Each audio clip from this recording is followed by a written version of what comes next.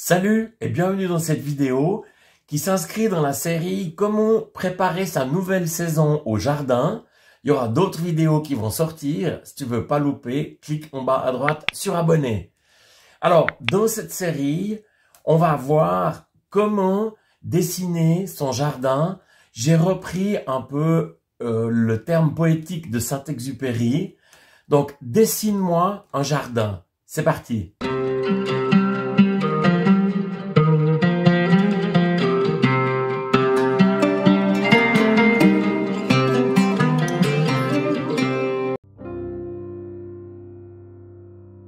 En premier lieu, je voulais te montrer où et comment je stocke l'information au fur et à mesure des saisons. Donc, en 2016, pendant quelques mois, j'ai remplacé le responsable informatique du Paléo Festival à Nyon. Et puis, on utilisait un outil qui s'appelle Trello, qui est gratuite, que je trouve génial, que j'utilise tous les jours. C'est un outil qui permet à la fois de mémoriser des informations et de s'organiser, même en groupe de plusieurs personnes. C'est idéal aussi pour préparer un voyage. Alors, je vais essayer de te montrer. Donc, on a d'abord ici des groupes. Alors, j'ai un groupe qui s'appelle 2023, vidéo, panier, référence mémoire, etc. Puis à l'intérieur des groupes, j'ai des cartes et entre autres, ici, je retrouve les objectifs 2023, des réponses à des questions qui viennent répétitives. Je note toutes les dates importantes, donc les gels, tout ça. Donc je garde une mémoire. Je trouve ça très intéressant, mes différents projets. Et là, donc, au fur et à mesure de l'année, de l'écoulement de l'année, je viens noter ici les objectifs que je me fixe pour cette année. Donc là, la plupart des informations, elles viennent de 2022. Et au fur et à mesure que le temps passe, je note différentes choses qui me viennent à l'esprit et qui me permettent après d'établir mon plan pour l'année qui vient. Alors, les objectifs, donc je cherche à avoir un jardin productif. J'essaye de nouvelles variétés et enfin j'essaye de faire moins de logistique et plus de jardinage. Alors au fur et à mesure, j'ai noté. Donc je dois produire 2 fois plus d'aubergines parce que mes clients aiment ça et à cause du réchauffement climatique, ça me paraît adéquat. 2 fois plus de poivrons et de piments. Je vais essayer des melons poires, ça s'appelle pépino, c'est juste génial. Des tomates indéterminées en serre au centre.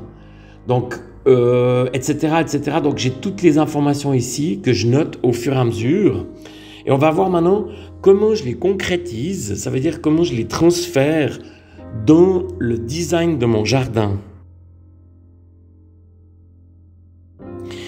Alors, pour faire le dessin de son jardin, mon conseil, c'est utilise les outils que tu as l'habitude. Si c'est du papier avec des crayons, c'est très bien. En l'occurrence, j'ai PowerPoint et j'ai fait mon dessin sur PowerPoint. C'est plus pratique parce que ça m'évite de tout recommencer chaque année. J'ai juste qu'à changer les noms des sortes que je veux mettre à tel endroit. Alors, mon jardin, il fait à peu près 400 mètres carrés. Je vais utiliser cette petite loupe ici pour te montrer. Donc, je suis entouré par 3 murs. Donc, ici, ici et ici. Donc, je fais 2 versions de mon jardin par année. Je fais une version été et une version automne. Donc, je reprends maintenant les éléments que j'ai notés dans Trello. Par exemple, 2 fois plus d'aubergines. Alors, j'avais fait une vidéo sur comment faire ces chemins. Je te remets le lien en haut à droite. Donc, ici, j'ai mon point d'eau. Et puis, de l'autre côté, j'ai ma serre. Donc, il y a un chemin que j'utilise vraiment quotidiennement. C'est ce chemin ici. Donc, comme je l'ai dit dans cette vidéo, il faut éviter de mettre des plans coureurs sur un chemin fréquenté. Donc là, je vais mettre les aubergines des 2 côtés. Puis ensuite, j'ai une zone courge ici, en haut. des butternuts. Là, je vais mettre mes melons poires que je retrouve dans Trello. J'ai une grande zone courgettes ici parce que mes clients adorent ça, avec toutes sortes de variétés. Donc, poivrons avec des fraises. Donc, j'ai oublié de le dire, mais ici, j'ai beaucoup d'arbres que j'ai plantés. Donc, toutes sortes d'arbres. J'ai ici une grande zone salade, salade céleri branche. Donc, j'ai de l'ail avec des betteraves, bêta tendre, kohlrabi, une zone pâtisson. Je vais essayer de faire des melons à la verticale. Là, j'ai des chayotes avec mes concombres, etc., etc. Et ici, j'ai également ma serre, donc devant laquelle j'ai mis des tomates de Russie, donc qui ont l'avantage d'être précoces. Pour ma serre, je fais spécifiquement un schéma que je te montre. Alors voilà une vue de ma serre donc, qui fait 6 mètres sur 3. Donc je vais reprendre ma petite loupe. Donc ici on est au sud et donc elle fait 3 mètres avec l'ouverture de la porte ici. Donc j'ai dans ma serre 22 œillats que j'ai fabriqués moi-même à 4 €. Je te remets le lien en haut à droite. Donc comment je les ai fabriqués en bleu. Hein. Ensuite j'ai 10 sortes de tomates. Alors je vais mettre au sud ici des ultra précoces. Donc là, j'ai 3 sortes qui sont très précoces.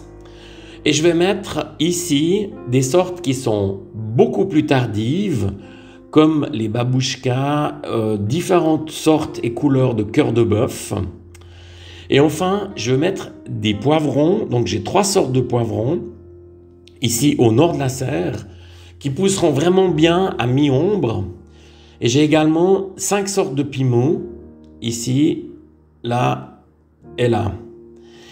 Donc, j'ai encore une symbolisation en rouge pour les tuteurs. Donc, j'ai des tuteurs simples. Ça veut dire qu'ils ne visent que d'un côté. C'est cette forme ici.